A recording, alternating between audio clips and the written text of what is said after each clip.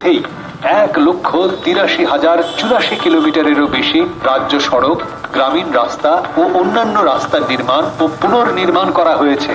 এর জন্য খরচ হয়েছে 83,000 কোটি টাকারও বেশি। এবার পথশ্রী রাস্তাশ্রী প্রকল্পের চতুর্থ পর্যায়ে পশ্চিমবঙ্গের 23টি জেলার গ্রামীণ ও শহর এলাকায় 20,000 কিলোমিটারেরও বেশি রাস্তার নির্মাণ ও সংস্কারের কাজ গ্রহণ করা হচ্ছে। পথশ্রী রাস্তাশ্রী প্রকল্পের কাজগুলি সম্পূর্ণভাবে রাজ্য সরকারের অর্থ বরাদ্দের মাধ্যমে রূপায়িত হবে।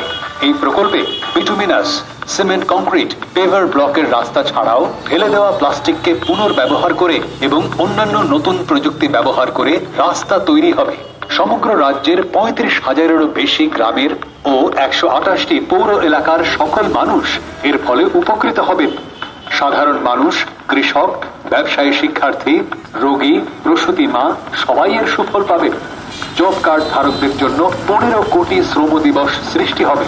পশ্চিমবঙ্গের মাননীয় মুখ্যমন্ত্রীর স্বপ্নের পথশ্রী রাস্তাশ্রী প্রকল্প রূপায়ণের মাধ্যমে সার্বিক উন্নয়নের পথে পশ্চিমবঙ্গ সরকার।